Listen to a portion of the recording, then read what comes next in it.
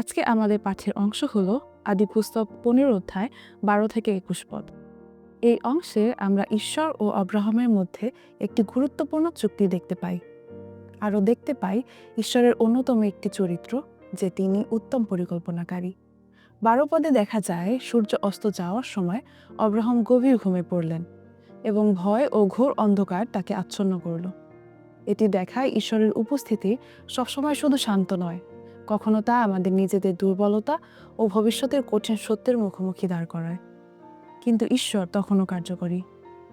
13 থেকে 16 পদে ঈশ্বর আব্রাহামকে জানালেন তার বংশধররা অন্য দেশে দাস হবে এবং কষ্ট ভোগ করবে, কিন্তু ঈশ্বর তাদের উদ্ধার করবেন। এই অংশে দুটি বড় সত্য আছে। প্রথমত, কষ্ট ঈশ্বরের পরিকল্পনার অংশ। ইসরায়েলীয়রা দাসত্বে ছিল, কিন্তু সেখানেই তারা সংখ্যায় ও আত্মিকভাবে প্রস্তুত হলো। দ্বিতীয়ত, ঈশ্বরের বিচার ও আশীর্বাদ দুটোই তার নিখুঁত সময়ে আসে। অমরীয়দের জন্য তিনি ধৈর্য ধরলেন, আবার ইসরায়েলীয়দের জন্য মুক্তি নির্দিষ্ট সময়ে আনলেন।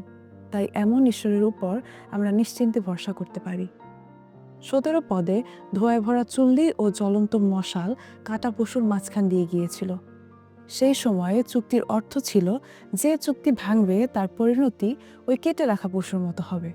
কিন্তু এখানে আব্রাহাম হাঁটেননি, ঈশ্বর নিজেই হেঁটেছিলেন।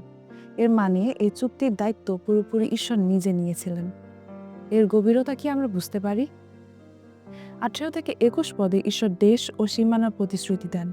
এটি শুধু জমির প্রতিশ্রুতি নয়। 18 থেকে 21 পদে ঈশ্বর দেশ ও সীমানার প্রতিশ্রুতি দেন। এটি শুধু জমির প্রতিশ্রুতি নয়, বরং পরিচয়, উত্তরাধিকার ও ভবিষ্যতের নিশ্চয়তা। এই অংশে আমাদের মনে করিয়ে দেয় যে প্রতিশ্রুতি রক্ষা করার ভার ঈশ্বর নিজেই নেন।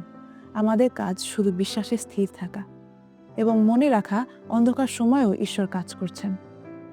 এই বাক্যের মধ্য দিয়ে ঈশ্বর আমাদের সকলকে আশীর্বাদ করুন।